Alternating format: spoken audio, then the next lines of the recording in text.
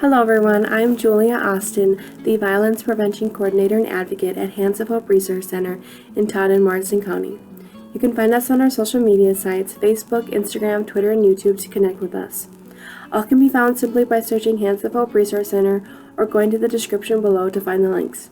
You can also find us at our website, handsofhope.net.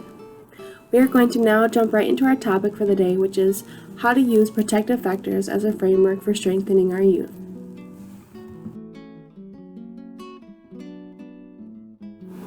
Protective factors are conditions or attributes of individuals, families, communities, or the larger society that reduce or eliminate risk and promote healthy development and well-being of children and families.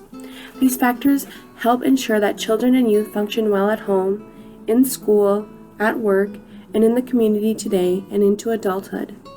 Protective factors also can serve as safeguards, helping parents who may not know how to find resources, supports, or coping strategies that allow them to parent effectively, even under stress. When children are nurtured, they can grow up to be happy and healthy adults. When they lack an attachment to a caring adult, receive inconsistent nurturing, or experience harsh discipline, the consequences can affect their lifelong health, well-being, and relationship with others. This is why it is truly important to understand child abuse and neglect. The first factor that we're going to discuss today is neglect. Neglect is failure to provide for a child's basic needs. This could be spiritually, mentally, emotionally, or physically. The second factor is physical abuse. Physical abuse is physically injuring as a result of hitting, kicking, shaking, burning, or otherwise harming a child. The third factor is sexual abuse. Sexual abuse is any situation where a child is used for sexual gratification. This may include indecent exposure, fondling, rape, or commercial exploitation through prostitution or any production of materials. The fourth factor is unrealistic expectations. Unrealistic expectations is a lacking of knowledge about normal child development or behavior that may result in frustration and ultimately abusive discipline. The fifth factor is stress. Stress can come from families struggling with poverty, unstable housing, divorce, or even those that are facing unemployment may be at a greater risk.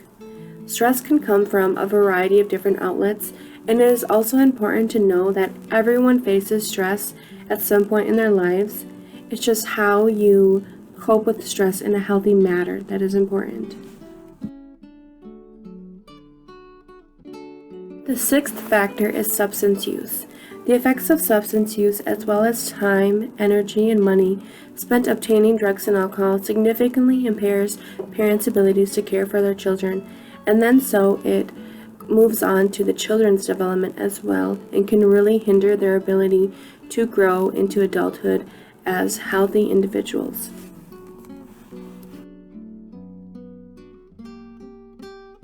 The seventh factor is intergenerational trauma. This is when parents' own experience of childhood trauma impact their relationships with their children.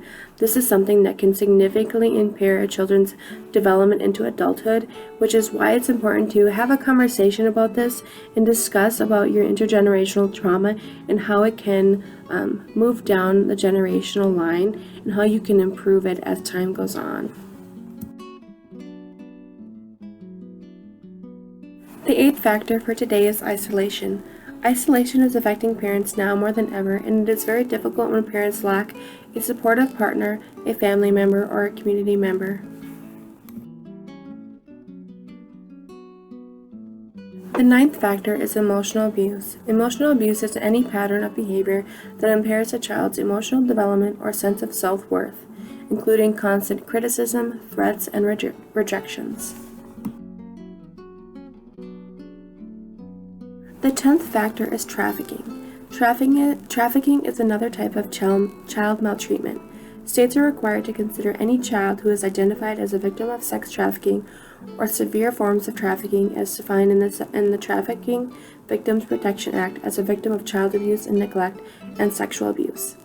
The term sex trafficking means the recruitment, harboring, transportation, provision, or obtaining of a person for the purpose of a commercial sex act. The term severe forms of trafficking in person means sex trafficking in which a commercial act is induced by force, fraud, or coercion, or in which the person induced to perform such act has not attained 18 years of age. Thank you all for watching, and don't forget to subscribe and check out all of our social media accounts down below. We would love to collaborate, connect, and support each other. Have a great day.